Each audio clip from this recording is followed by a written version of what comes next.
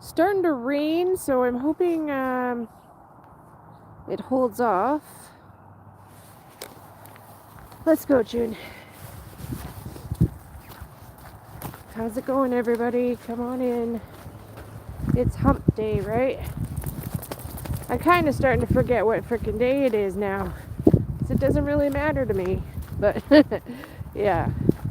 So, this is part 2 of what I was talking about yesterday. This is going to be a continuation of living a life of codependency and what I went through and the lessons I learned and how I had to form boundaries and change my life and just all this stuff. So, long story short, 20 years ago I moved to Arizona, married a combat veteran, became completely absorbed in trying to make him better, and it was my mission in life. It's all I cared about. And while I was in that type of life, I became codependent on like everything, everybody around me. I wanted to make people happy, which honestly I still do that with all of your readings and everything. I still do that, but it's different now. I have boundaries now. People have asked me so many times, you know, when I do readings and all this stuff, right? People ask me, well, how do you do it, Tara? Like, how do you not let it affect you? And I've just formed solid boundaries. I literally just shut the door, close the door, and that's it. So, like Sally telling me about her life tragedies, well, as soon as I press end on our conversation, I shut the door. I have a boundary and I have to keep those boundaries. And that's how I do it. Good morning, everybody. Come on in. Oh, it's no afternoon now. Good afternoon, everybody. It's raining, so not sure how far we'll go here. I intended to go far, but we'll see. I'll try to stay out of the area where my reception was bad yesterday. So this is part 2. So I was living in a severe codependent, mentally abusive, verbally abusive relationship for 20 years. And at that point, I was lonely and I was scared 24 hours of the day because I lived with a combat vet with PTSD. And so I think to save my own mental health of all of what I was going through, I focused on helping other people, like in my life. Here is an example. I talked of this yesterday, but my sound was bad. So I'm going to talk about it again. There was a gentleman that I met in the local AA meetings and AA house that I was going to all the time. And he was clean. He was in recovery. He'd been doing really well and seemed to be doing good. I was friends with his mother and his family, and so of course, here's little Tara. Let's try and help this guy out. And we had 10 acres of land, not 12. I said 12 yesterday. 10 acres of land. Well, I let this man move an RV onto the back corner of my property. And I did fucking everything for this guy. I cooked him food, I brought him meals, I did everything I could to make sure he had like water. We'd bring him gallons and gallons of water, make sure he had a generator and was totally okay. I cleaned his RV for him once in a while. And and he was doing good. I thought he was doing good, right? I leave my husband and come up to Canada to be with Savvy. And about a year later, I had to go back to get my belongings.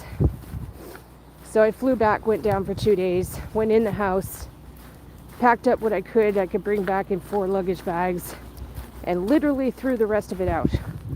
I packed garbage bags and threw them out the front door and just said, get rid of it. So while I was there, I went all around the property, checked everything out, because it is still, I'm partial owner. And so I went to where the RV was. Well, oh my God. He obviously had relapsed. There was hundreds and hundreds and hundreds of used needles all over my ground. All over the ground. And sewage and garbage, and like the place was absolutely trashed. And he didn't live there anymore. He just trashed the place and left. And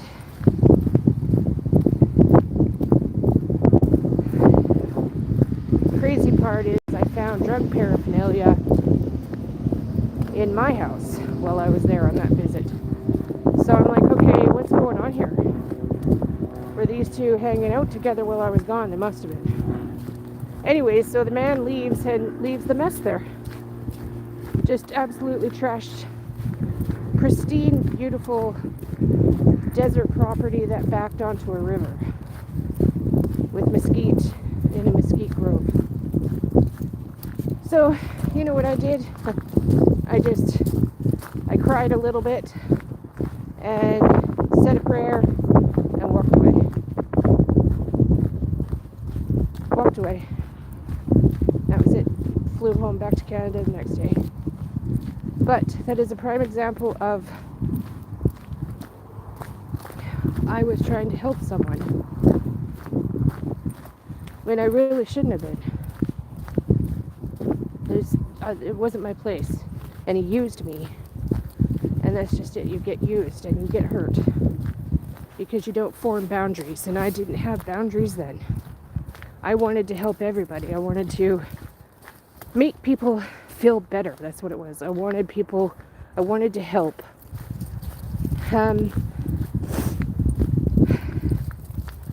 Here's another situation of something absolutely freaking crazy I did. And this was before I read the book, Codependent No More. This is before all of that. For some reason, people down in that area, southern Arizona, have different types of living standards than we do up here. Let's just put it that way. The houses were disgusting, most of them. Anyways, we had some people that we knew, and I used to clean their house. I did it for free for all the time because I was like, oh my God, what did you do? Their house, you could smell the cat piss before you stepped in the house. Like, it was disgusting. You could smell it from the road. And I can't stand that. And I had to go and visit them all the time. So, in order for me to tolerate being there, I was like, okay, I need to clean this place up for these people. Because they obviously don't know what to do or how to do it, or don't have the mental health capacity to take care of their homes. So I took it on. And after months and months and months of cleaning, I would have the house spotless for them. And the next fucking day, it would be trashed again. Like, I used to come over to visit and I'd be so upset. I'm like, can't you even keep it clean for 8 hours? But anyways, here is the topper of it all. This is when I was like, okay, Tara, you need to step back and make some boundaries here.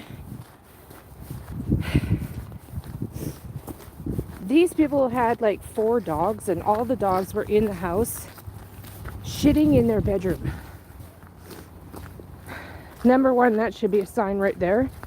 If your dog is shitting in your own nest, there's a problem.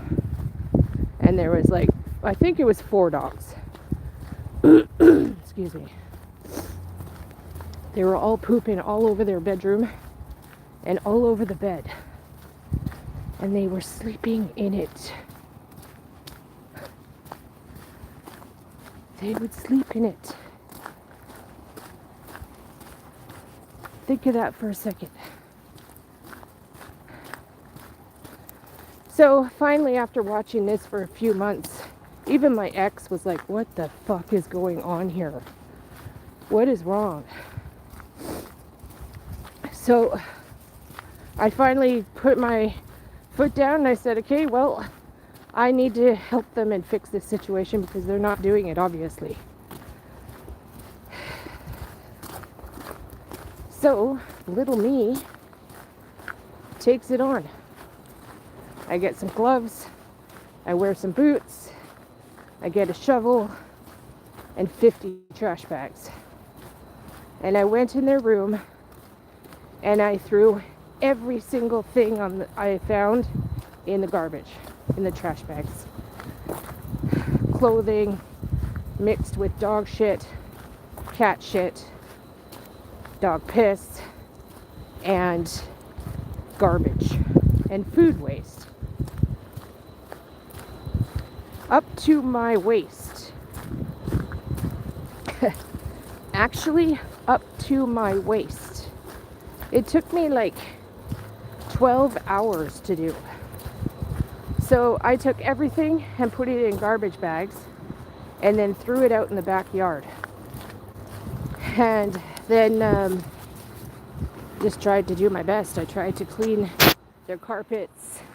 They didn't have carpet cleaner, so I just vacuumed it really well, did spray on the carpet where I needed.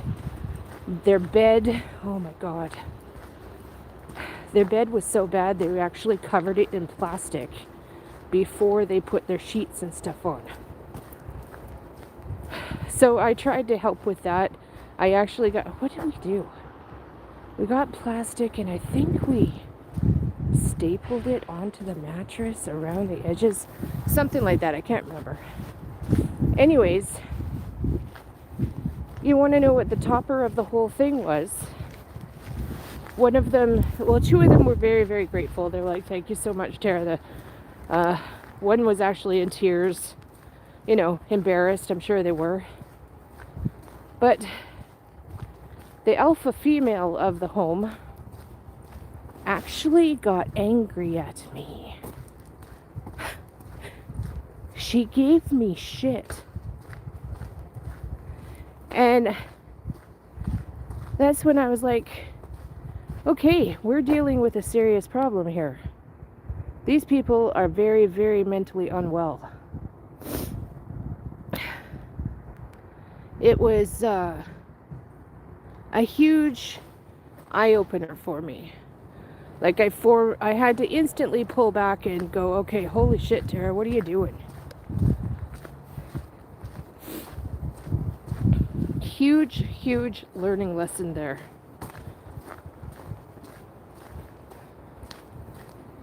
I was so hurt. I was absolutely crushed. She hurt my feelings so, so bad. And all I was trying to do was help them in probably one of the worst situations they'd been in. That's crazy shit. Anyways, I did tons more for those people afterwards, and then they were rude to me and told me I had a silver spoon up my throat or down my throat and up my ass, and I'm like, actually no. I'm just trying to teach you how to take care of yourselves, how to live normal life. Like, you don't live in a house like that. That's just ridiculous. So, hey June, let's go up here. What's up here?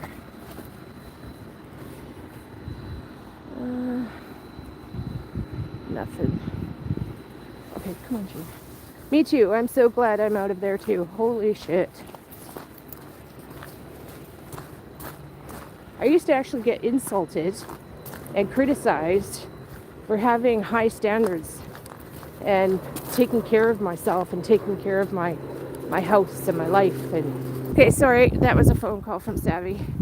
Yay, I get to see him tonight sometime. And then hopefully he's gonna just be able to stay home until Monday. The guy's fucking... So I'm swearing today. My husband's been going nonstop, 16 hours a day for 3 weeks. It's insane. Insane. Okay, why am I not getting chat here? What's going on?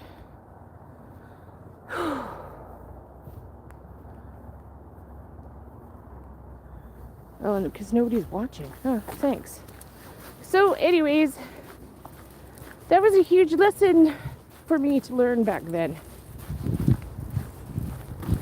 I was just trying to help people, and back then, holy shit, I was not taking care of myself at all. At all. Let's just say I let the mental health depression hit me really hard quite a bit.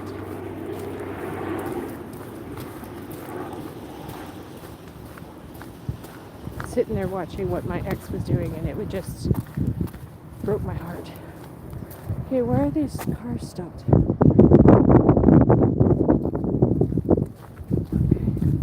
So, after years and years and years of therapy and meetings, and I did all kinds of stuff. I did AA meetings. The one I really focused on, though, was adult children of alcoholics, because that's what applied to me. And I learned so much from that. The number one is boundaries. I learned boundaries. And now I'm so grateful I did. And it's always going to be a lifelong process for anyone. You know, it's just something you need to sit back every now and then and go, okay, you know, Sally, I need to reinstall my fence, you know?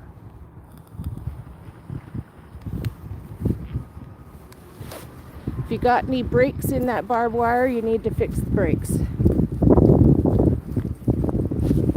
And focus on you. If you are in a situation where you are arguing with someone or uncomfortable with someone, don't just sit there and take it. Don't be submissive, don't just sit there. But you do need to say to the person, excuse me a moment, I feel I need to walk away. Or I need to take a break. I'm forming a boundary against you, and I need to just take a moment and take a break for myself. And start forming that as a regular aspect of your life. Look out for yourself. Make your health, your mental health, your number one priority. It's taken me years and years and years and years to learn and to get to where I am. And people always say to me, oh, Tara, how are you so strong? How are you so strong? Well, I'm not really that strong. I just have a strong boundary. And that boundary does break every now and then. And I get really upset when the boundary breaks because I don't like that. And then I do everything I can to fix it, put it back up, and carry on. So people always ask me, how do you do it? How do you don't let things affect you? And that might be just from a lifetime of hell I've gone through. I've learned to put it in the back of my head and just let it go. That's what I used to do. I used to put it in the hidden door in my head and then not ever open that door. I used to always say to people, don't open that door. You don't want to open that door. A whole load of kick-ass is behind that door. You don't want to open it. But now that door is open, and instead I just let it roll off my shoulders and down my back and never think about it. I just let it go. I just let it go. What you doing, Juju? I hope that makes sense. I hope that resonates with somebody listening. My number one advice I always tell people is get outside. Get outside. Feel nature. Hug a tree.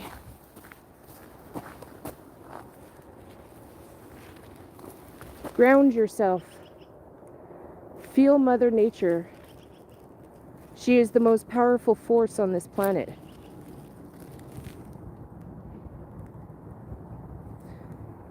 Like, I could literally stand here and doze off, drift off into meditation for hours.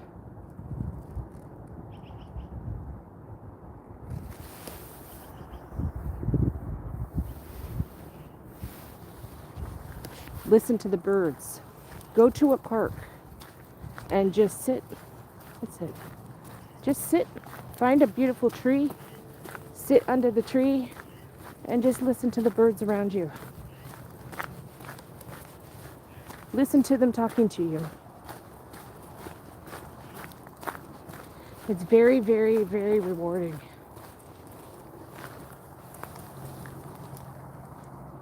No, Ginger. No eats.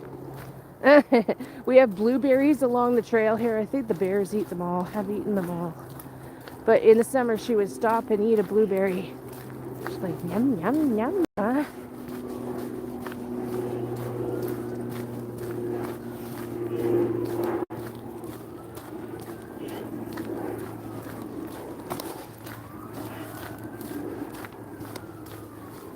Okay, let's go down to the park. This is my favorite. It's starting to turn out to be my favorite little park. It's not fancy or nothing. It's just a native chunk of ground, but I feel a certain way when I'm standing there. I feel the energy, if that makes sense. Let's go, girl.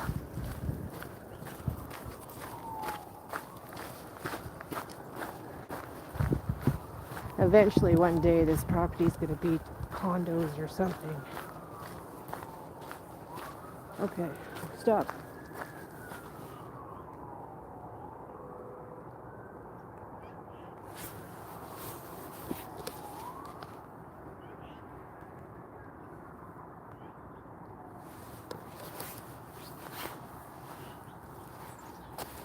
Stop, Jane.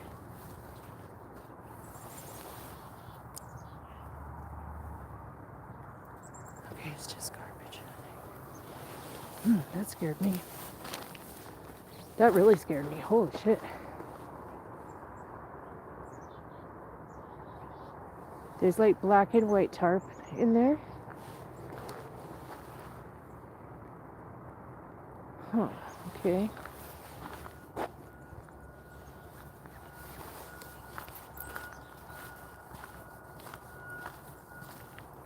Huh, that scared me. Okay.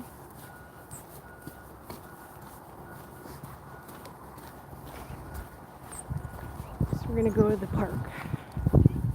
Hey, Juju. That green stuff the other day, I thought it was malachite. It's freaking just green cement. So I went home and threw it all out. I was so excited at first. I was like, oh my God, this is a sign. No, it was cement.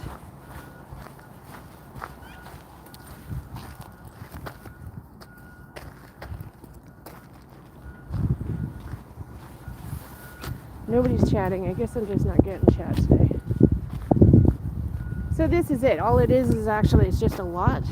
But they've turned it into a native memorial park for someone. There used to be swing sets and stuff here. And they've taken everything down. Okay, June, stop.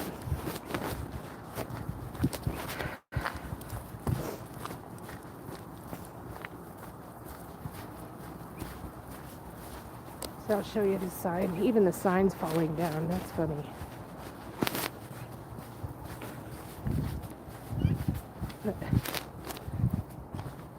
Oh, where's the sign? Oh, it's here.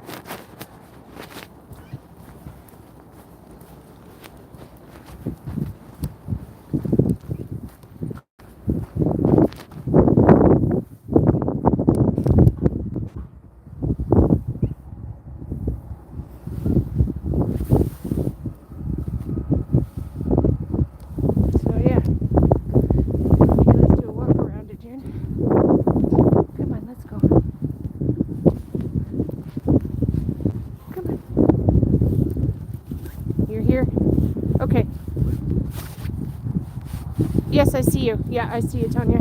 You're like the only one I see. There's only 11 people in here. So this is just a little park, but I think it was actually someone's property at one time.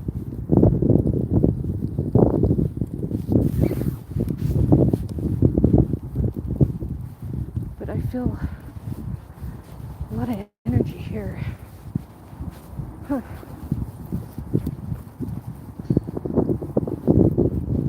I feel a lot of spirit energy here. It's just the Mother Nature.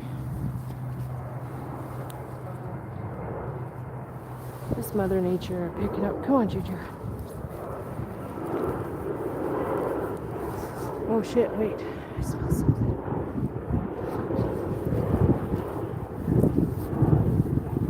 Stop, Juju.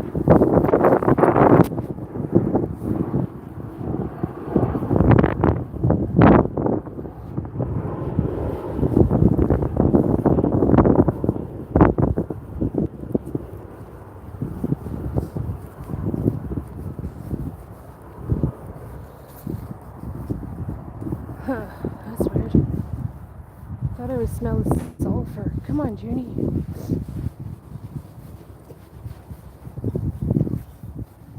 It's nothing.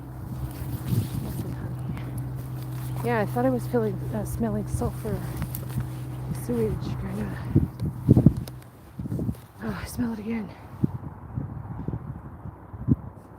Oh shit, it's strong.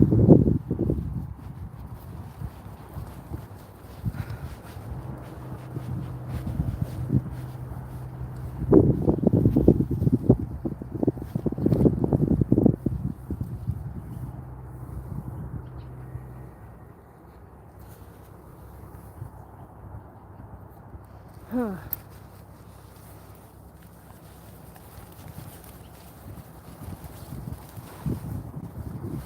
Come on, Papa.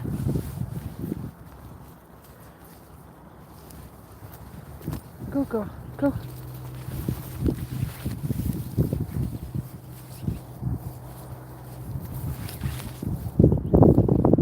Okay, nothing here. She's not here. June's gotten head to toe in trees. Covered in trees there, girlfriend. Oh, I smell it again. What the fuck?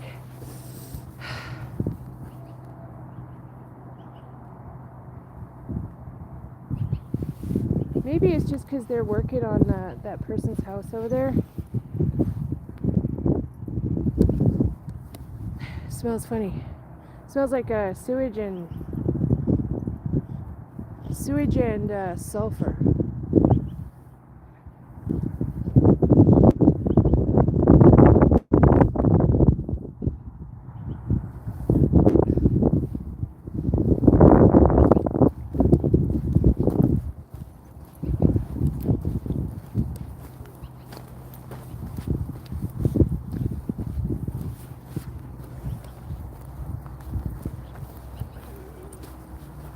Come on.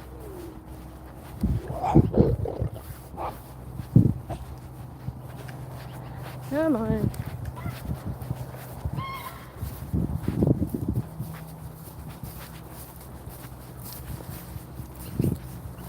Hear that?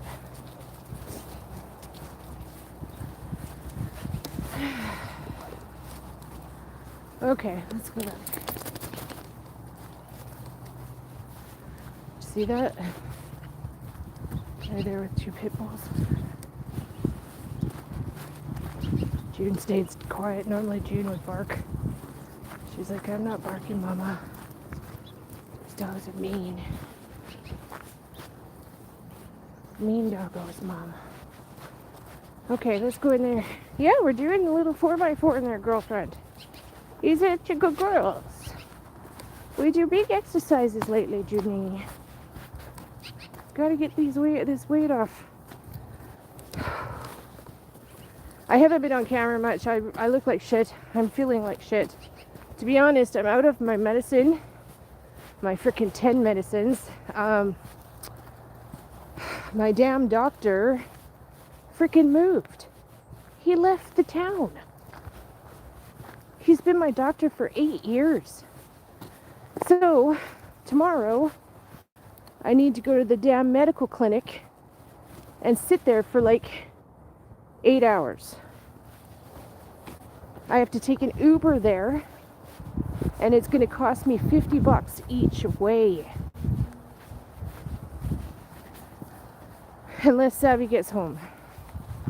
But if he doesn't, I have to take an Uber, and it's going to cost me a freaking fortune. Then I have to get all my medicine. And, well, I don't have extended health benefits anymore. I will get some probably in a couple weeks, but I need to get my Ozempic. I've been out of my Ozempic for a week, so the weight's flying up back on, and I feel like shit. I've been dizzy, and the Ozempic is $350.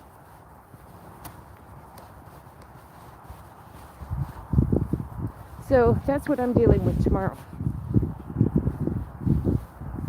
So I'm not on camera because I look like shit. Some of you guys know I do have some pretty serious health problems, and I don't talk about it much. So there are times where I look pretty bad because, well, I am doing pretty bad.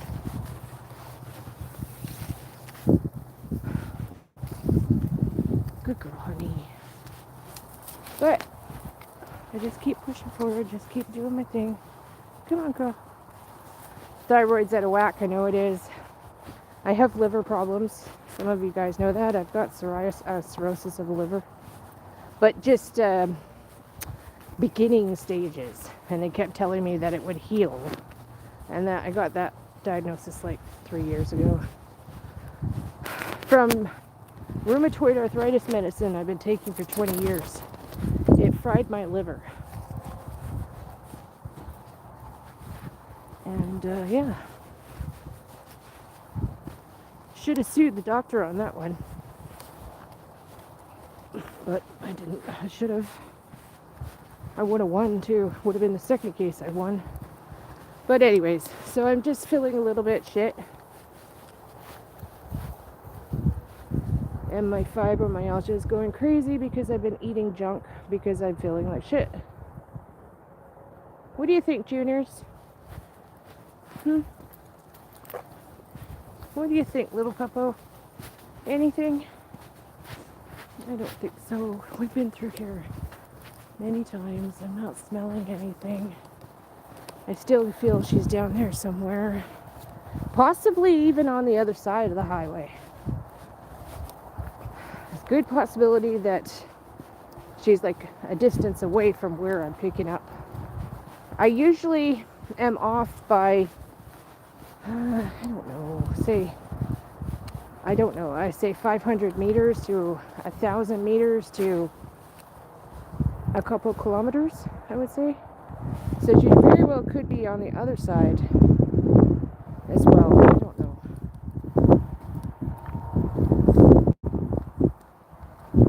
No problem, Diane. Diana! Judy and I are just walking and talking. Slowly exploring. Right, little puppo? What do you think? Should we head home now, Juju? So that is my story about codependency and how it can get out of control. And you need to read the book and learn your boundaries and take care of yourself.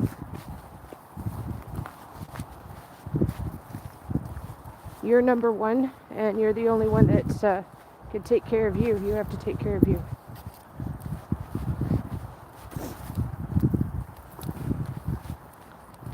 So yeah, taking care of me. Our stupid medical system here in Canada. Yeah, we have free medical, but my God. We have a shortage of doctors here. And like in this town that I'm in, the locals are telling me some of them have been waiting for 3 years to get a doctor. They're on a waiting list to get a doctor. And my doctor just left after being my doctor for 8 years. So now I need to do the fighting with the stupid medical clinic walk-in shit. And yeah, probably have to take an Uber tomorrow and just sit there and sit there and sit there and wait.